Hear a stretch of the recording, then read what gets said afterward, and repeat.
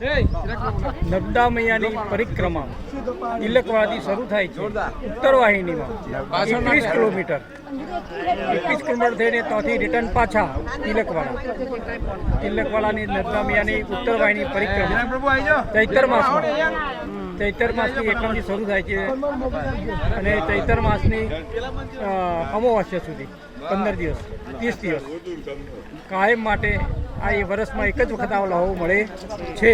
જય માં નર્મદે. માં નર્મદે હર નર્મદે હર. ગઈકાલે ખૂબ બધું માણસ થઈ ગયું 3 લાખ માણસો બંધ કરવી પડી આ પરિક્રમા કાલે.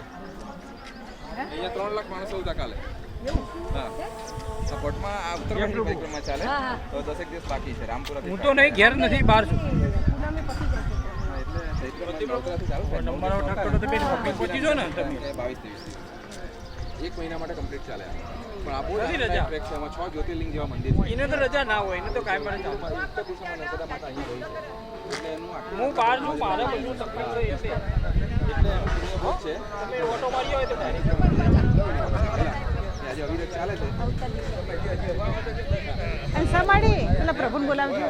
અરે હા તે ના ના આપણે આમ જવાના આપણે આમ જવાના ગરુડેશ્વર જવાના.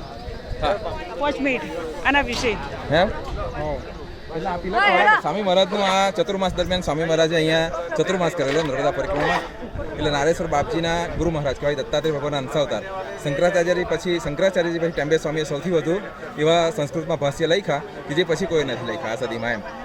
અને એમની આ ઘરે અહીંયા આ ગામમાં એમના મંદિર છે અને નજીકમાં ગરુડેશ્વર એમનું સમાધિ મંદિર છે સ્વામી મહારાજનું, કે જ્યાંથી એમણે દત્તની લીલા કરી અને ત્યાં સમાધિ મંદિરમાં આજે પણ છે જે હયાત સમાધિ છે. પણ આજે સાંઈ શિરડી સાંઈની જેમ આપણી વચ્ચે બેઠા છે આજે નારેશ્વર અંગ અવધૂત મહારાજના ગુરુવર. બરાબર. અને આ પરિક્રમા ચૈત્ર નવરાત્રમાં ચાલુ થાય. 1 મહિના માટે આ પરિક્રમા ચાલે. રાજપીપળાના રાજાએ ચાલુ કરાવડાવેલી. અહીંયા ઉત્તર વાહિની નર્મદા માતા વહી છે. ઉત્તર દિશામાં નર્મદા માતાનો પ્રવાહ છે. એટલે જેટલા પણ અહીંયા લિંગ છે એ બધા જ્યોતિર્લિંગ જેવા છે અને એનું વિશેષ મહાત્મય છે. એટલે 1 મહિના માટે આખા ભારતમાંથી આ પરિક્રમા કરે અહીંયા આવીને. આ તેના ડોમ છે આ બંને. અને અહીંયા આવીને બધા આખી પરિક્રમા જેનાથી નહીં થાય એવી હોય તે આ પરિક્રમા કરીને કૃતાર્થ થાય બધા. ઓમ ઓમ ઓમ નર્મદે.